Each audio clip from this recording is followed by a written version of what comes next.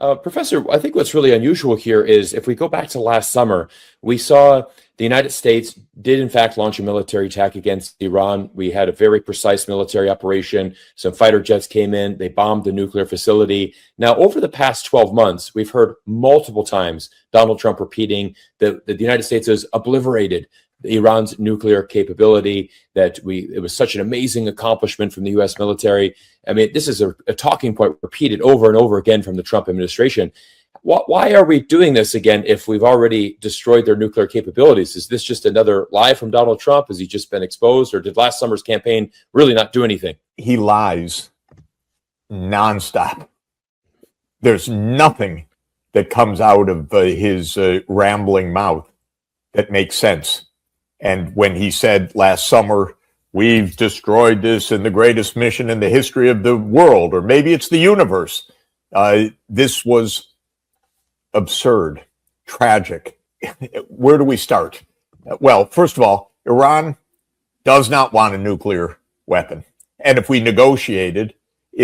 honestly negotiated, rather than repeatedly trying to destroy Iran, overthrow its government, bomb Iran, and actually, if we followed through on negotiations that were completed 10 years ago, okay, there wouldn't even be an issue. But there is an issue because the United States doesn't want to negotiate. What it does is what Israel wants it to do, which is to overthrow the Iranian government.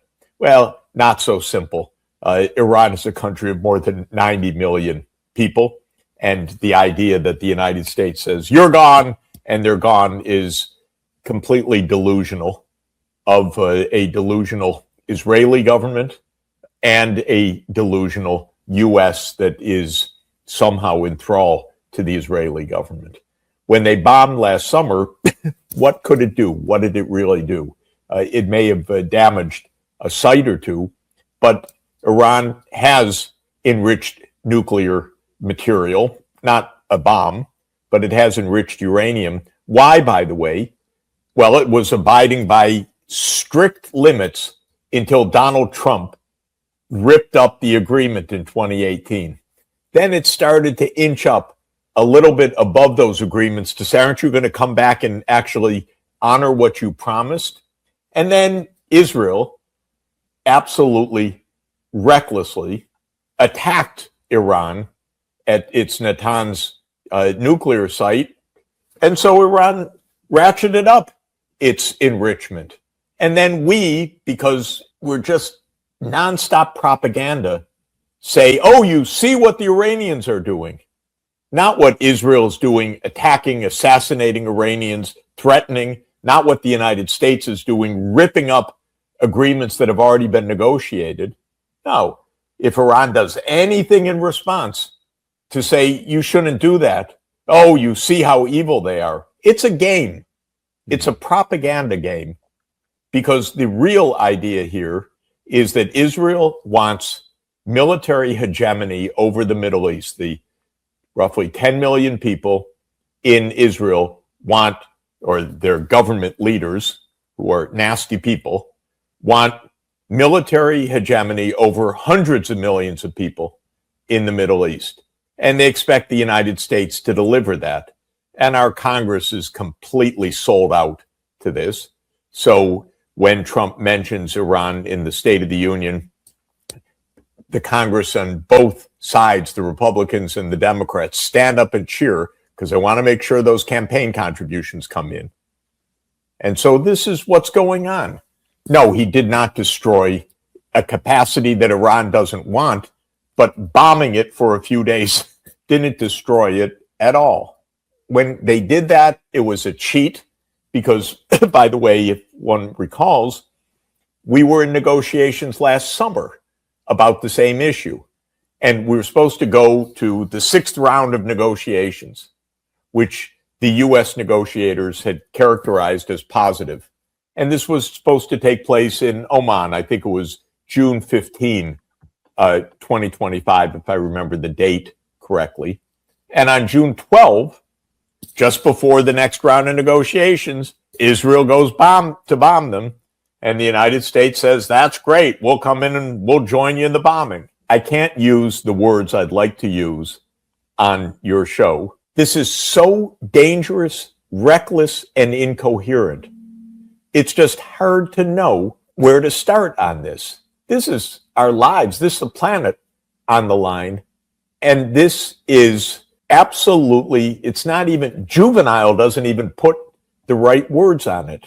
It's just dangerous and reckless lies. But, you know, when you're enthralled to an Israeli government that's just murdered 80,000 people, you can kind of understand there aren't real limits. Yeah, that's well said, Professor. As we're seeing this, I think very much we're seeing a very similar playbook to the 2003 Iraq War. We heard back then weapons of mass destruction, and this is why we need to go into Iraq. Obviously, now we're hearing that, they're 1 week away from developing a nuclear bomb, which I think you've laid out very clearly that is not their intention. So who really benefits from this escalation? We see consistent escalation every year and, rising tensions between the U.S. and Iran. Is Israel just the primary beneficiary? Is that really the root of the problem here? Israel isn't the beneficiary, but Israel is the root cause of it. This is Netanyahu. This is a lobby, and it works. And if you go back to the Iraq War, it's extremely interesting. The Iraq War was not a war on wrong pretenses of weapons of mass destruction. It was a war on false pretenses, knowingly false. And the campaign about weapons of mass destruction was a PR job. It wasn't a mistake. It wasn't faulty intelligence. It was PR. And it was actually focus grouped in the fall of 2002. The Pentagon did a PR exercise. And who was that? That was a guy named Doug Feith, one of these extreme Zionist neocons. And he was the link to Bibi Netanyahu. And one of the very interesting books that came out of this criminal war is a fantastic book by a real gentleman named Dennis Fritz. Dennis Fritz was a senior Air Force official who in 2002 was told to deploy to Iraq. He said, Iraq? Why should we be deploying to Iraq? And nobody could explain to him why they were deploying to Iraq. So Fritz said, look, I'm not leading my troops into something when I can't even explain to them why their lives are on the line. So he resigned his commission. Then Feith, I don't know him personally, but despicable in the role that he's played, wanted to write a book afterwards. So he wanted papers from the Pentagon declassified. So they needed a senior person who was knowledgeable about declassification to come in and read the background documents and declassify them. And that turned out to be what Dennis Fritz did. So Fritz went back to the Pentagon in 2005, I think it is, and started reading the papers. And Fritz, as he describes in this book called Deadly Betrayal, says, holy shit, this is a PR war. This is an inside job of Israel. We're fighting for Israel. And Feith is the connection. And he asked me to declassify these papers. I'm reading all of this. I'm seeing all of this. This is a war that they had to figure out how to sell a phony war to the American people. So when you raise that point, it's a great analogy. Right. These are not wars fought because we don't know what Iran is doing. These are wars where they're searching for some explanation that can say to Trump's base, why am I doing the opposite of what I promised you? Why am I doing a war that has nothing to do with America's interest, that has nothing to do with Make America Great Again, that is purely for Israel? Why am I doing this? So they're searching for some answer. And then Trump says, oh, they're developing ballistic missiles to attack the United States. again, there are words I'd like to use on your show that are utterly deserved by such comments. Even our mainstream, lamestream media, which basically never reports anything truthful because they follow the government propaganda, is saying in the last couple of days, no, this is not true. So the lies are just pouring out right now. This is terrible. And I don't know whether there'll be a war, but there very well could be one by the time, we're finished talking, or by tomorrow morning when we wake up, or whatever. Genuine concern in your voice, and and I feel your sentiments exactly. I mean, we're both U.S. citizens. It's just very concerning on where the direction of our country is going. Professor, I have another follow-up to that. If we go back to the campaign trail from Donald Trump, he largely campaigned himself as an anti-war president, a president of peace. He's been telling everyone that he deserves the Nobel Peace Prize. He solved 8 wars last year, although that's not true as well. But I mean, do you think that this could potentially be a devastation for his presidency? I mean, is it not wrong that most Republicans are very much against this, at least the fan base of Republicans?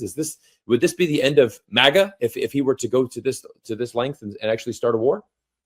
His presidency is failing step by step, though gradually. His approval rating is now about 37%, disapproval about 60%. And people are wising up. This guy told us, I'm going to charge those other countries with my tariffs. And people are understanding, hey, you didn't charge the other countries, you charged me. And I paid on average $1,000 every household in this country. That's the average per household, not every household, the average per household. And they're wising up. You taxed me so you could give the biggest tax giveaways to your billionaire friends. So they're starting to understand this. And we've got thousands of lawsuits right now. I want my money back. And Bessent, who's not a nice guy, not a decent guy, can't see any decency. He says, oh, don't expect they're going to see their money back. They just stole it. So how can this be a successful presidency? People don't like ICE shooting people in the streets. Yesterday, a student at Columbia University was arrested out of their dorm and then was released late in the day because everything about the arrest was illegal. They lied about everything. They said they were coming in to find a missing person, plain clothes, lying, everything. People don't like this. We don't want to live in a police state. We don't want to hear lies from our president every day. We don't want to pay taxes because this guy, maybe he believes it. Who knows? But he thinks they're taxing others. We're the ones paying. We don't like that. And he has no right to do it. And the Supreme Court said, no, you cannot impose taxes on the American people, one person. That's not how our constitutional system works. That belongs to the Congress. So now it's just been, since the beginning of the year, completely unhinged. Okay, let's arrest this president. We'll run this country. He just said that I was reading a wire the moment before we got on, that maybe we'll just take over Cuba and bomb Iran at the same time. I don't know if something has really come completely unhinged, what it is, but something's not right, really not right. It definitely seems that way. And it seems that as we get closer to the midterm elections, it just seems he's a little bit more of a loose cannon. You have no idea what direction he's going to go. And like you said, it could be we wake up tomorrow and there's a big conflict, or we've launched another war or an invasion. Let's focus a little bit on Iran right here. Do they have some type of military capability to really hold back, against the United States military? Are we kind of underestimating their power and the retaliation that they could launch potentially in a full conflict with the United States? Almost surely, if there's a bombing for a few days or a week or two, it will accomplish nothing other than killing people and generating a response that could get out of control. The idea that it would lead to regime change and an American-imposed or Israeli-imposed government is complete fantasy. If Trump tried to put boots on the ground, well, there are not the boots and the soldiers there. Thank God for him to try something like that. That really would be the end of his presidency immediately. Correct. So aerial bombing, it's not going to do much except possibly get completely out of control. And Iran is not going to be defeated in a few days of bombing. Maybe people will die, maybe there will be suffering, but it's not going to be defeated. It's a country of 90 million people. It's got ballistic missiles. It's got hypersonic missiles. It's got the ability to close the Strait of Hormuz, which is the waterway, the narrow passage in the Persian Gulf, through which about 20% of the world's oil flows by the standard accounting. So, no, there is no strategy here. And generally, the military gets these things wrong. We end up in massive debacles, pushovers like Vietnam end up 10 years and there are no pushover at all. We end up leaving, or Afghanistan or Iraq. It's miscalculation from beginning to end. And this seems like another miscalculation that's underway right now. Yeah.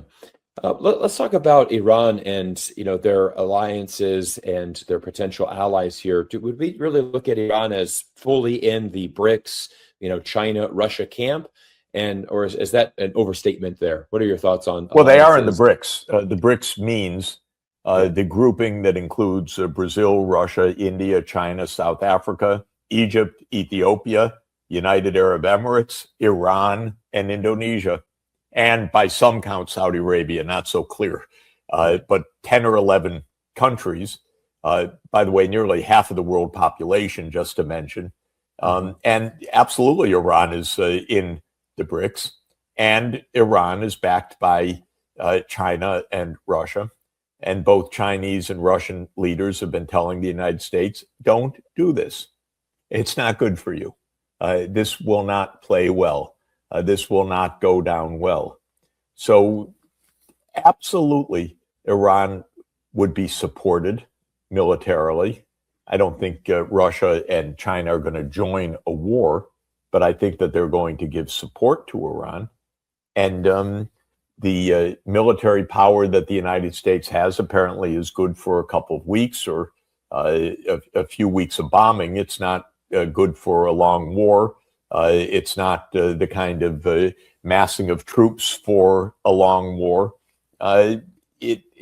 What we read, again, I'm not in the room and I'm not a military expert, but we read that the Joint Chiefs of Staff have advised Trump that his aims cannot be achieved by this attack.